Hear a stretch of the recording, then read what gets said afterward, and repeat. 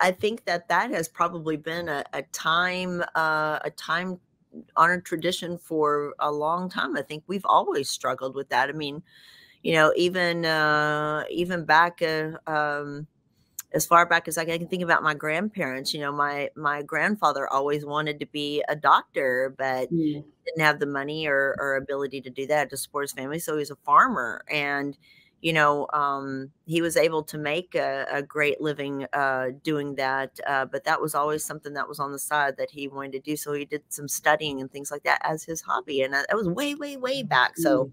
yeah, I think that is something that's Yeah. been forever. I feel like it could have come from the way the Western society views, making money and the culture that we have here on maybe a hobby. What people really wanted to do wasn't an accepted way to earn a living, to, Mhm. have, especially men, they had to go provide, back in the day. So, and women had to do certain things in the home. And so having any time for something that you enjoy just didn't seem like it fit into your life. Sure. And so I think that there's been like a revolution of, minds. People think now about that doesn't have to be the way we have to live, Right.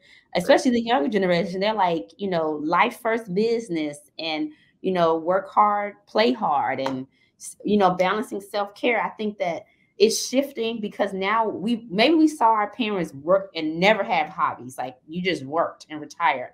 And you're like, I don't want that life. Right. Thankfully, we created a life to where we can have the freedom to have a little bit of enjoyment. Sometimes people have a little more than they should, but whatever.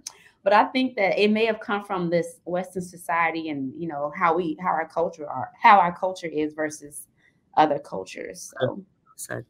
yeah. Yeah, and I think about too when as humans, way back when like the life expectancy was like 35 years old, and all anybody did was like the very main essential jobs, which is like you said, farming. Right. We need to eat, we need to live. Someone who builds houses, or people built their own houses. So there wasn't really a sense of, at least from my perspective, a sense of enjoying life, more surviving. And that's actually something I often will ask people, like when I greet them, I'm like, are you surviving or are you thriving today? Because there are sometimes some of us, and even still today, that are in a state of survival. They don't have the time or the energy to enjoy anything. They're just trying to get through. And I think we all go through phases of that.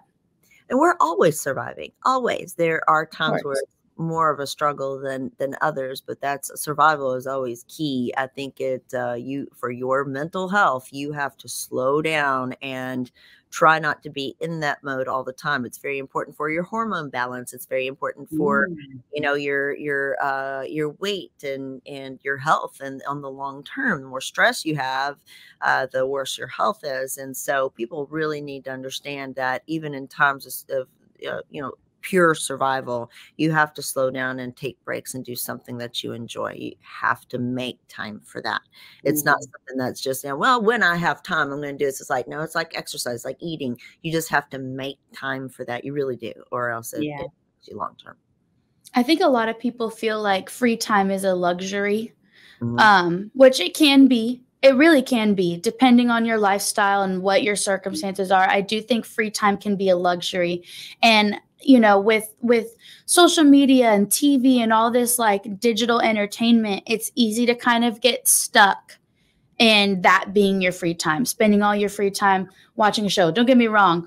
I love reality TV and scrolling on TikTok and stuff Yeah. like that, but that is not going to fulfill you as a person.